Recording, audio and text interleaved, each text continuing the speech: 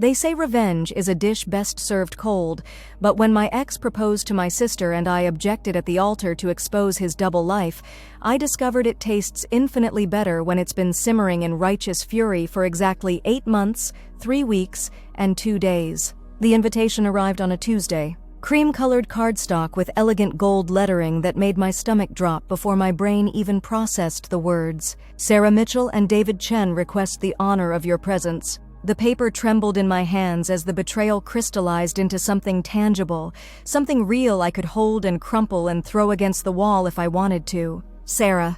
My baby sister Sarah, with her infectious laugh and trusting heart, was marrying David. My David. Well, my ex-David, but the distinction felt meaningless when faced with the magnitude of what they'd done. I remember sinking onto my kitchen counter, the cold marble pressing through my thin pajama top as the invitation fluttered to the floor. 8 months. 8 months since David and I had ended things.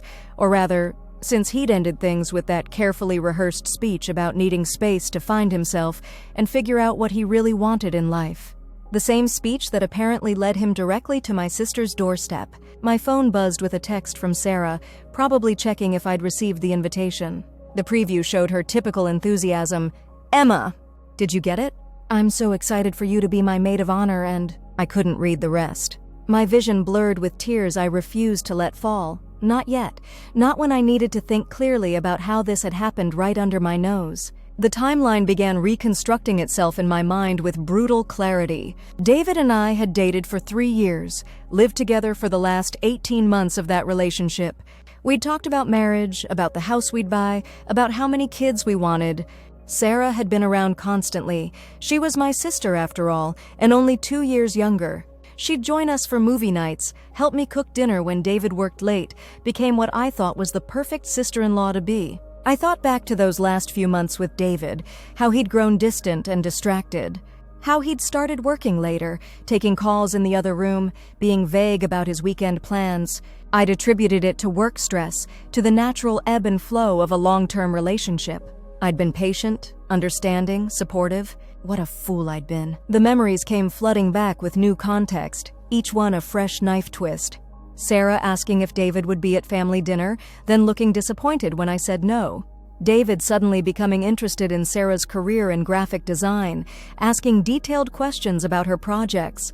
Sarah bringing up David's name in conversations when he wasn't even relevant to the topic. I'd thought they were bonding as future family. Instead, they'd been falling in love behind my back. My hands shook as I picked up the invitation again, studying the date. 6 weeks from now. They'd been engaged for what, a month? 2 months? How long had they been sneaking around while I was still picking up David's dry cleaning and meal prepping for both of us? The betrayal felt like a physical wound, raw and gaping in my chest. Sarah had been my closest confidant, the person I'd called crying when David broke up with me.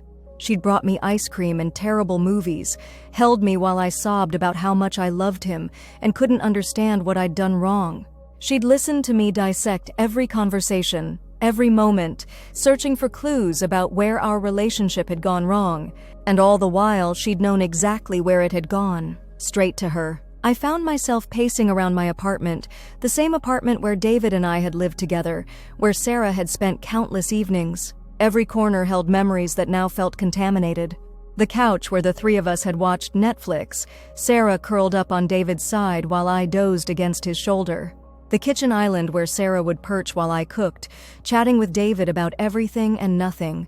The dining table where we'd played board games, Sarah and David always seeming to team up against me with laughing protests that it was just strategy. Strategy. That's exactly what it had been. My phone rang, Sarah calling. I stared at her contact photo, a selfie we'd taken last Christmas, both of us grinning in matching red sweaters Mom had insisted we wear. I let it go to voicemail, then immediately played the message. Her voice was bright with excitement, slightly breathless.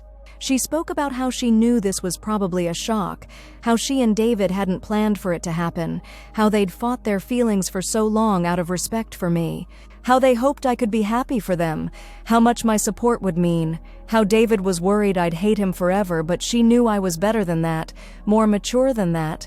Mature, as if my emotional response to their betrayal was a character flaw I needed to overcome. I played the message 3 more times, analyzing every word, every pause, every inflection. Sarah was nervous, that much was clear. Good. She should be. The days that followed blurred together in a haze of alternating rage and numbness. I called in sick to work, unable to face the possibility of running into mutual friends who might already know, who might look at me with pity or curiosity. I avoided my parents' calls, knowing Sarah had probably already given them her version of events, painting herself and David as star-crossed lovers who'd tried so noble to resist their connection. I spent hours stalking their social media, scrolling through photos that documented their relationship's evolution. There was David at Sarah's company holiday party in January, just 2 months after our breakup. Sarah hiking with David in March, a hobby she'd never shown interest in before but that David was passionate about. David at Sarah's friend's wedding in April, clearly as her +1, though the photos were carefully cropped to suggest otherwise. Each photo was a breadcrumb in the trail of their deception, and I followed every single one until my eyes burned and my heart felt scraped raw. But somewhere around day 4 of my self-imposed isolation, something shifted. The all-consuming pain crystallized into something harder, sharper, more useful. They'd been careful, I realized. Methodical. They hadn't just stumbled into each other's arms in a moment of weakness.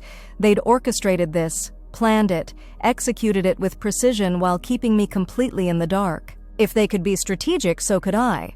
I began researching David's life since our breakup with the same obsessive attention I'd given to social media stalking, but with a different purpose now. I wasn't looking to torture myself with evidence of their happiness. I was looking for leverage. David worked at a prestigious marketing firm, the kind of place that valued image and reputation above almost everything else. He'd always been proud of his professional success, the respect of his colleagues, his trajectory toward partnership. Sarah worked freelance, but her biggest client was a family-friendly brand that emphasized traditional values and authentic relationships in their marketing. Both of them had built their lives and careers on foundations that could be shaken if the right pressure was applied in the right places. I started making lists. David's colleagues, especially the partners at his firm.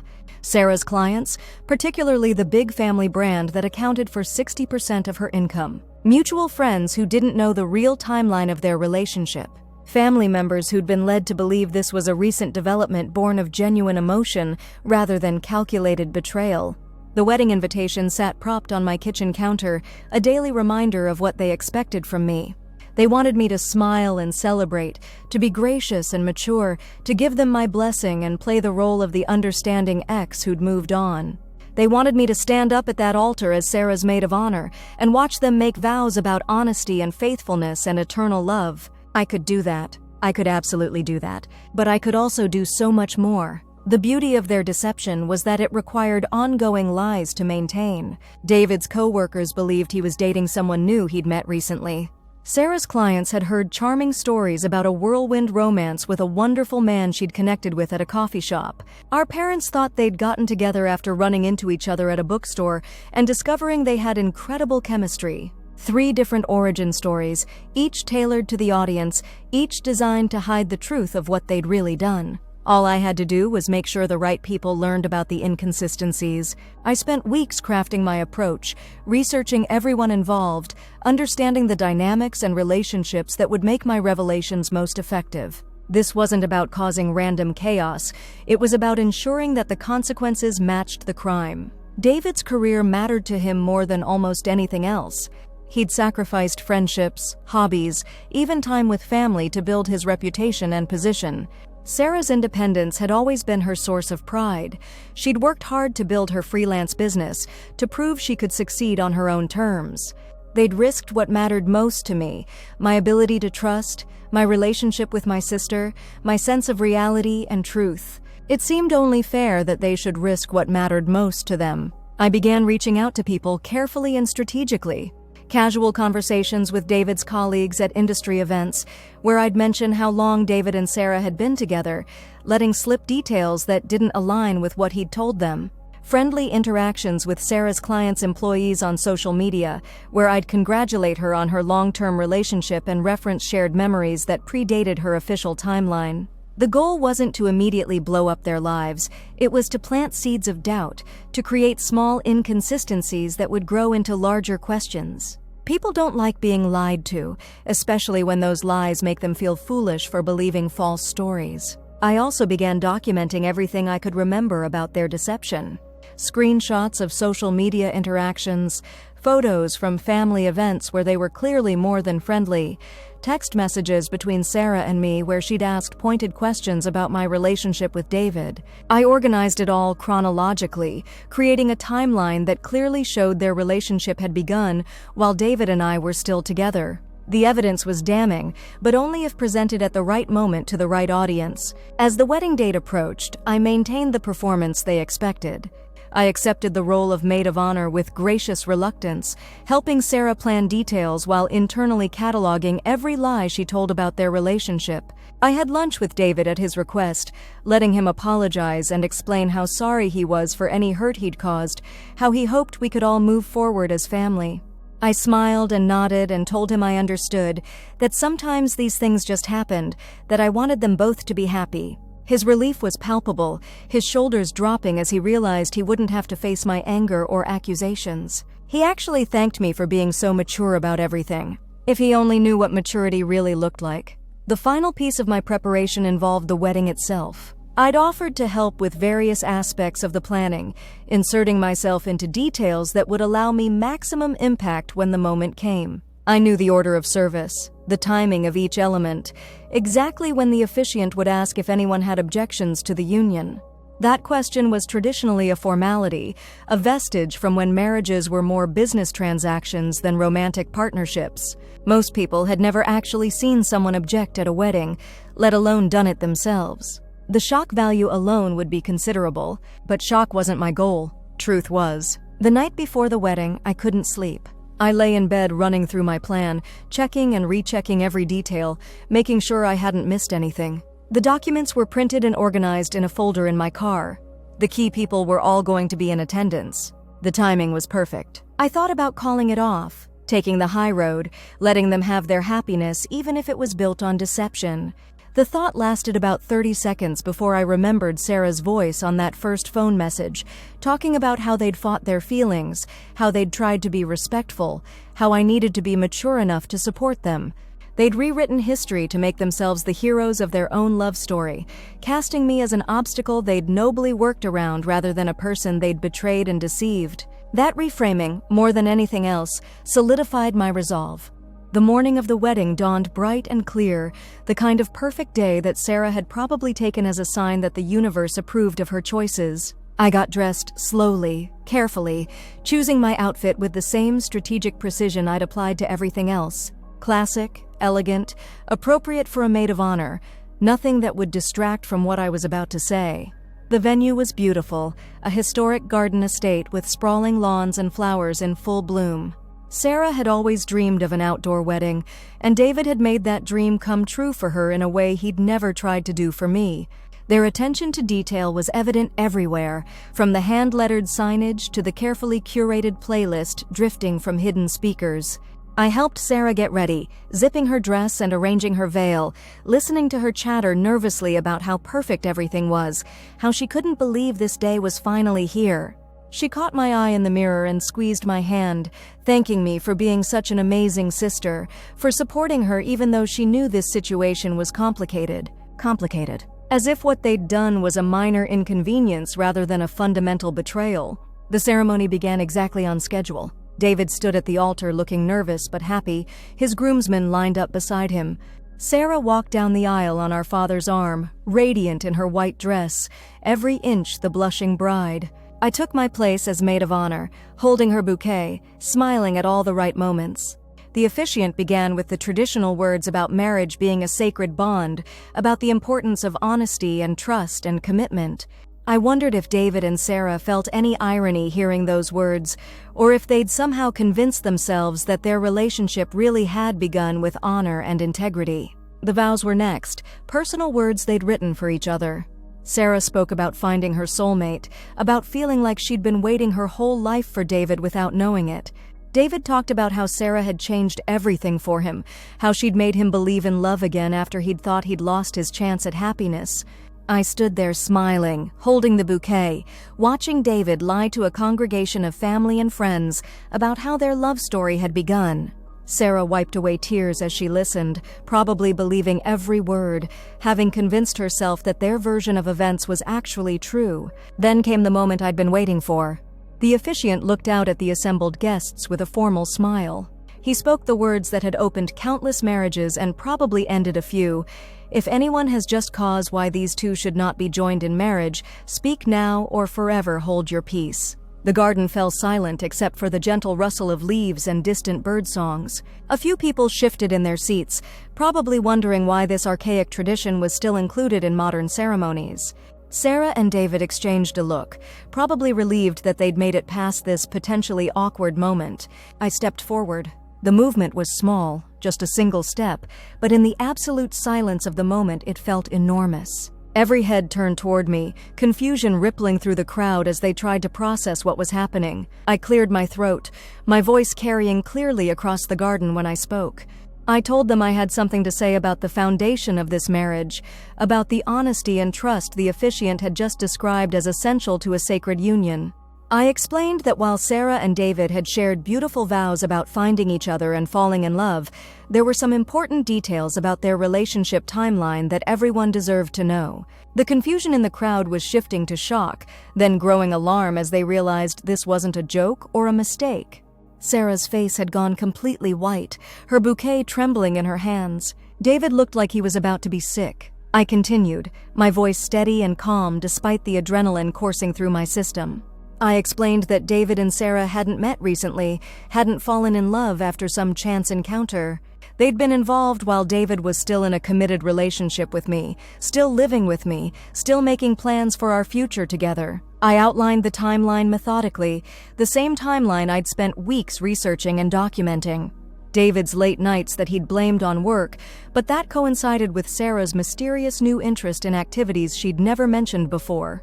The family dinners where they'd sat just a little too close shared just a few too many private jokes. The way Sarah had suddenly become an expert on David's favorite topics. The way David had developed sudden enthusiasm for Sarah's hobbies. The crowd was completely silent now, everyone processing what I was saying, probably running through their own memories of interactions they'd witnessed or conversations they'd had. I could see recognition dawning on several faces, pieces clicking into place. I pulled out the folder from my purse, explaining that I'd brought documentation for anyone who wanted to verify the timeline. Screenshots of social media interactions, photos from family events, text message conversations, all of it pointing to a relationship that had begun months before David and I had officially broken up. Sarah found her voice first, stammering that this wasn't true, that I was hurt and confused and misremembering things. David stepped forward, trying to take control of the situation, suggesting that we should discuss this privately after the ceremony. But I wasn't finished. I addressed the crowd directly, explaining that David's colleagues at the marketing firm had been told he'd met Sarah at a coffee shop just 3 months ago.